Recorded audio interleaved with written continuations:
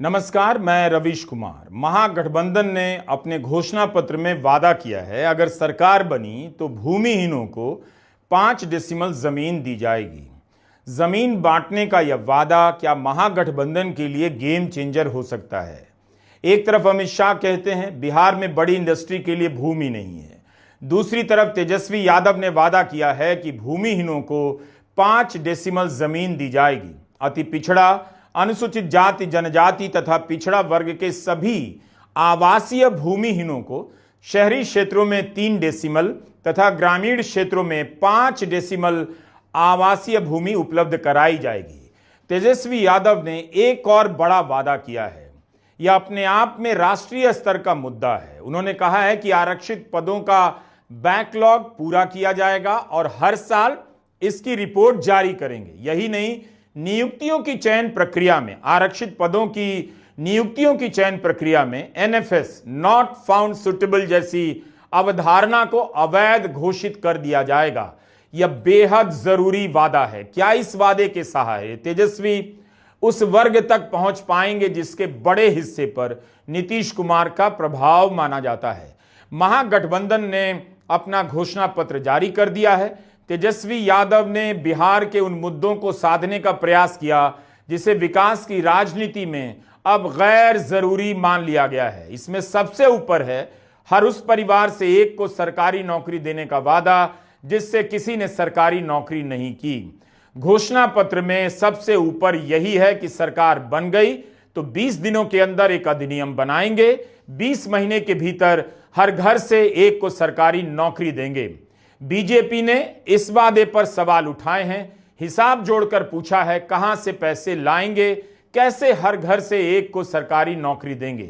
इसके बाद भी तेजस्वी यादव ने घोषणा पत्र में इस मुद्दे को सबसे ऊपर लिखा है। जिस परिवार के पास सरकारी नौकरी नहीं है उस परिवार में एक सरकारी नौकरी हम लोग मिलकर के देंगे। ये होने वाला है, इसमें किसी को असमंजस की स्थिति नहीं रखनी चाहिए। जैसे जी बजट कहां से आएगा बोल रहा है एनडीए, ऐसा कहां से आएगा इसके लिए? हर घर से एक रोजगार की आप बात कह रहे हैं, उसी पर पहले एनडीए से पूछिए उनका घोषणा पत्र कब आएगा। हम तो बता देंगे, हम तो काफी आगे हैं। कहां से आएगा, कहां से आएगा वो सब छोड़िए। एक एक चीजें इसमें जो लिखी गई हैं बिना एक्सपर्ट्स के राय के, बिना अध्ययन किए, बिना डेटा के हम लोग झूठे टूटे फूटे वादे नहीं करते। जो कहते हैं वो करते हैं, जो कह रहे हैं वो करेंगे और आप सब लोग इसका गवाह बनिएगा। तो पहले एनडीए के लोग हमको क्या पूछते हैं, पहले अपना तो हिसाब दें कि उन्होंने जितना घोषणा किया है उसका बजट कहां से लाएंगे। हमारे पास तो पूरा खाका पड़ा है, ब्लूप्रिंट पड़ा है और कुछ दिनों में हम बताने भी जा रहे हैं कि कैसे नौकरियां मिलेंगी। बहुत लोगों को तकलीफ हो रहा है, चुभ रहा है कि तेजस्वी ने ऐसा कह दिया कि हो ही नहीं सकता। वही 2020 में लोग बोलते थे कि कैसे होगा, क्या होगा। घोषणा पत्र का नाम तेजस्वी प्रण रखा गया है। घोषणा पत्र में पहले 4 मुद्दे रोजगार से जुड़े हैं। सरकारी नौकरी, जीविका दीदी को सरकारी नौकरी, संविदा को स्थायी नौकरी और अलग अलग सेक्टरों में कौशल और रोजगार की बात है। 5वां वादा है पुरानी पेंशन योजना को बहाल करने का। एक तरह से तेजस्वी यादव या महागठबंधन फिर से यह चुनाव रोजगार के सवाल पर लड़ने जा रहे हैं और वादे कर रहे हैं कि सभी को 25 लाख तक का फ्री स्वास्थ्य बीमा दिया जाएगा। तेजस्वी यादव ने मनरेगा की मजदूरी बढ़ाने की बात की है। कहा है केंद्र पर दबाव बनाएंगे कि पूरे राज्य में मनरेगा मजदूरी 400 हो और काम के दिन 100 दिन की जगह 200 दिन हो। नीतीश कुमार ने महिलाओं के खाते में 10,000 रुपए दिए हैं। तेजस्वी यादव ने इसे काउंटर करने के लिए यह वादा किया है कि माइक्रो फाइनेंस कंपनियां किस्त वसूली के समय महिलाओं को प्रताड़ित नहीं कर पाएंगी। इसके लिए उनकी सरकार कानून बनाएगी। ब्याज दरों पर नियंत्रण किया जाएगा। ताड़ी समाज को भी कानून के बंधनों से मुक्ति दी जाएगी।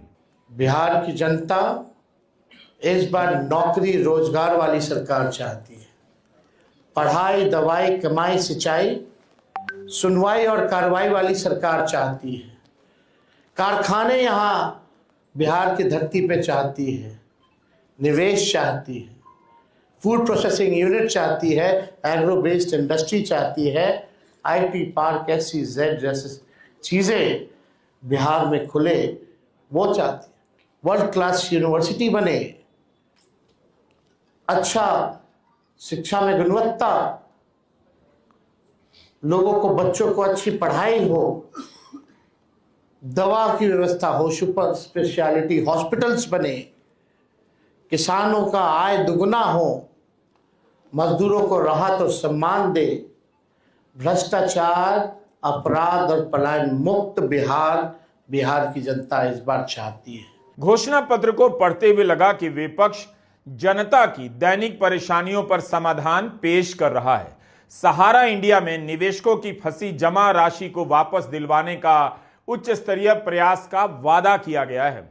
यह पैसा आज भी सहारा के करोड़ों लाखों निवेशकों के लिए जी का जंजाल बना हुआ है। उनकी पूरी पूंजी डूब गई है। जिला अस्पतालों को बेहतर करने का वादा है। सभी मेडिकल कॉलेजों में सुपर स्पेशलिटी सुविधाएं दी जाएंगी, ऐसा वादा है। शिक्षक और स्वास्थ्य कर्मियों का तबादला उनके गृह जिला के 70 किलोमीटर के दायरे में करने की नीति बनाई जाएगी। पंचायत तथा नगर निकाय में अति पिछड़ा वर्ग के लिए वर्तमान 20% आरक्षण को बढ़ाकर 30% किया जाएगा। इसी आरक्षण के कारण नीतीश कुमार को अति पिछड़ा वर्ग से व्यापक समर्थन मिलता है और इस वर्ग को प्रतिनिधित्व भी पंचायतों में मिला है। अब तेजस्वी आरक्षण की सीमा बढ़ाकर उस वर्ग तक पहुंचने का प्रयास कर रहे हैं। उन्होंने कहा है कि सरकार आने पर श्रम गणना करवाई जाएगी ताकि हर महीने श्रमिकों की आर्थिक सहायता की जा सके, उनके स्किल ट्रेनिंग पर काम हो सके।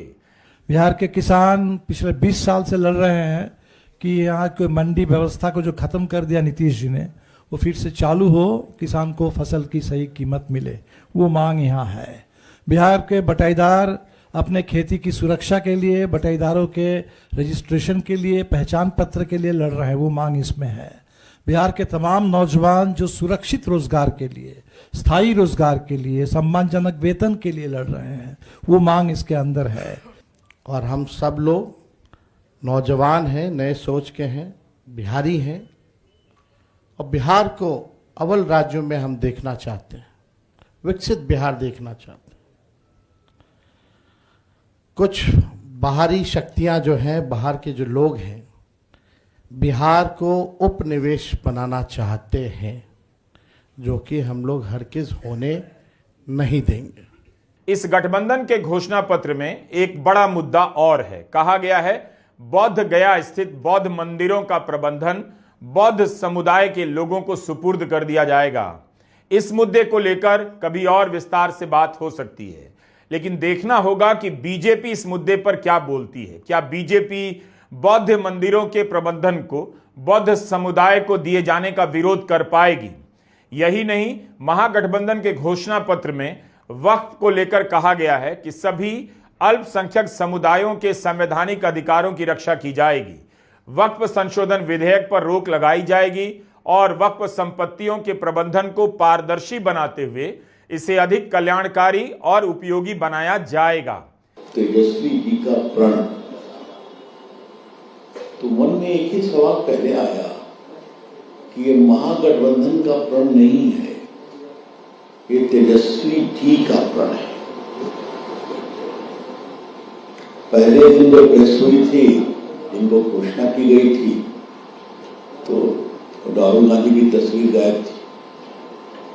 आज भी पूरे घोषणा पत्र में, विजन डॉक्यूमेंट में कहीं किसी की तस्वीर नहीं है। ये खोखले दावों का पुलिंदा है, जिसको बनाने वाले भी जानते हैं कि हमारी सरकार तो बनने वाली है नहीं, तो दावा करने में क्या बुराई है? जिस दावे को पूरा करना ही नहीं है, जिनकी सरकार बनने वाली ही नहीं है। रविशंकर प्रसाद बीजेपी की तरफ से प्रेस कॉन्फ्रेंस करने आए। उनकी प्रेस कॉन्फ्रेंस को सुनते हुए लगा कि उन्हें बेहतर तरीके से आलोचना पेश करनी चाहिए थी। एक सिरे से महागठबंधन के घोषणा पत्र को खोखला बताने में कोई आपत्ति नहीं है, लेकिन दलीलें, तर्क ऐसे होने चाहिए जिससे लगे कि बीजेपी किस आधार पर खोखला बता रही है। तेजस्वी यादव ने कहा, लेबर सेंसस कराया जाएगा। क्या यह वादा इतना मुश्किल है कि नहीं लागू किया जा सकता? तेजस्वी यादव ने कहा, बौद्ध मंदिरों का प्रबंधन बौद्ध समुदाय को दे दिया जाएगा। क्या यह ऐसा वादा है जो कोई सरकार नहीं कर सकती? तो कम से कम रविशंकर प्रसाद को ढंग से आलोचना करनी चाहिए थी, ताकि हमें भी बीजेपी का पक्ष विस्तार से रखने में आसानी हो। कम से कम जो लिखित दस्तावेज पेश किया गया है उसकी ठोस आलोचना उन्हें करनी चाहिए थी। ये खोखले दावों का पुलिंदा है, जिसको बनाने वाले भी जानते हैं कि हमारी सरकार तो बनने वाली है नहीं, तो दावा करने में क्या बुराई है? जिस दावे को पूरा करना ही नहीं है, जिनकी सरकार बनने वाली ही नहीं है, तो दावा करने में क्या बुराई है? ये बिहार की जनता को एक ऐसे लोक लुभावनी तस्वीर पेश करता है जिसमें न कोई रंग है, न बदलाव का संकल्प है। तो बिहार की जनता भी समझती है। दो तीन बातें जो मुझे सबसे रोचक लगी, अपराध पर तो जीरो टॉलरेंस है, लेकिन भ्रष्टाचार पर जीरो टॉलरेंस नहीं है। अब आप बताइए, भ्रष्टाचार को लेकर नीतीश कुमार और बीजेपी की सरकार का क्या टॉलरेंस है? विपक्ष के जिन नेताओं पर भ्रष्टाचार के आरोप लगाए गए, जिनके यहां छापे पड़े, वही बीजेपी की तरफ चले गए। कुछ पार्टी में चले गए, कुछ गठबंधन के सहयोगी दलों में चले गए। बिहार के उप मुख्यमंत्री सम्राट चौधरी, एक और मंत्री अशोक चौधरी पर प्रशांत किशोर ने कथित रूप से संगीन आरोप लगाए, तो उनका टॉलरेंस क्या था? क्या रविशंकर प्रसाद जीरो टॉलरेंस की बात करते हुए इन मंत्रियों के खिलाफ ईडी से जांच की मांग कर रहे थे? अगर उनके हिसाब से महागठबंधन का घोषणा पत्र एकदम ढकोसला है, तो प्रधानमंत्री मोदी और अमित शाह को रविशंकर प्रसाद की प्रेस कॉन्फ्रेंस सुननी चाहिए और खुद से यह जज करना चाहिए कि उनकी इन बातों का क्या मतलब है, उससे क्या संदेश जाता है। एक बहुत रोचक बात मुझे कहने की इच्छा लगी। ऐसा बताया गया कि मंच पर कांग्रेस के लोग बैठे हुए थे तेजस्वी के साथ में, कभी बातचीत भी नहीं हुई। उनको भी लग रहा होगा कांग्रेस को सिर्फ तेजस्वी प्रण, क्या प्रण बोलते हैं, क्या बोलते हैं, प्रण, न राहुल गांधी का प्रण है, तो ये तो कमाल है साहब, न महागठबंधन का प्रण है। हम तो एनडीए का मैनिफेस्टो रिलीज करते हैं, एनडीए का कार्यक्रम रिलीज करते हैं। जब आप शादी करते हैं, कोई भी समुदाय हो, तो घर खानदान देखते हैं ना, इनका अतीत कैसा रहा है, क्या रहा है, सब देखते हैं ना, तभी ना बेटी देते हैं या बहू लाते हैं। तो ये जो प्रण की बात कर रहे हैं, तो आपके पूर्व के प्रण का क्या हाल रहा है, ये तो हम सवाल पूछेंगे ना। 7.5 साल पिताजी मुख्यमंत्री, 7.5 साल माताजी मुख्यमंत्री, क्या हुआ 15 साल में देश जानता है। बिहार जंगल राज के खोखले बिल्कुल गड्ढे में डूब गया। इतना विकास करने के बाद नीतीश कुमार को चुनाव से पहले अलग अलग कैटेगरी में 19,000 करोड़ रुपए 1-2 महीने के भीतर बांटने की नौबत क्यों आई? लोग 20 साल में अगर बिहार के इतने अमीर हो गए थे, तो किसी के खाते में 1,000, किसी के खाते में 10,000 क्यों डाले गए? यह सवाल बड़ा है कि क्या तेजस्वी यादव अपने वादों को पूरा कर पाएंगे। इस पर ठीक से सवाल होना चाहिए, गंभीरता से तथ्य दिए जाने चाहिए। यह भी सवाल है कि इस तरह के घोषणा पत्र से क्या तेजस्वी यादव बीजेपी और नीतीश कुमार का मुकाबला कर पाएंगे। महागठबंधन के मैनिफेस्टो पर बीजेपी ने कई पोस्टर जारी किए हैं। गठबंधन के घोषणा पत्र को ढकोसला पत्र कहा गया है। बीजेपी ने कहा है, जब खुद सरकार में थे तब सरकारी कर्मचारियों को वेतन तक नहीं दे पाए। बड़े बड़े वादों के नाम पर ढकोसला पत्र लेकर आए। इसका वास्तविकता से लेना देना नहीं, बिहार की जनता को भ्रमित करने के लिए बनाया गया है। इन पोस्टरों को भी आप ध्यान से देखें और बीजेपी के वरिष्ठ नेता भी देखें। क्या इन पोस्टरों से कोई गंभीर आलोचना हो रही है या सतही तौर पर आलोचना पेश की गई है?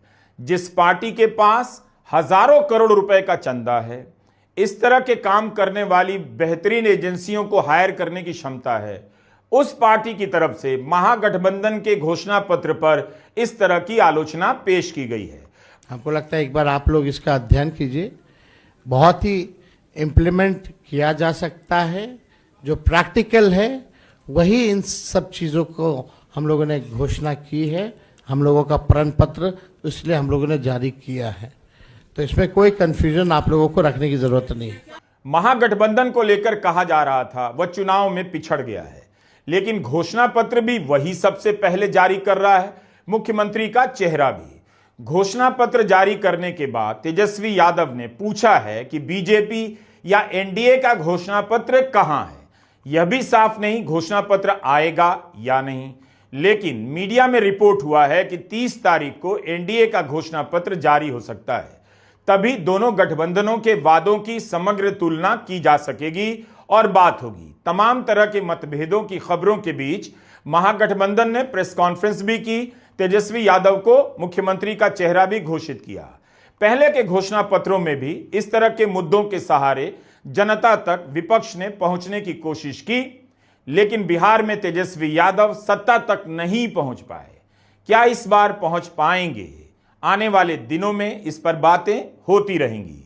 नमस्कार, मैं रवीश कुमार।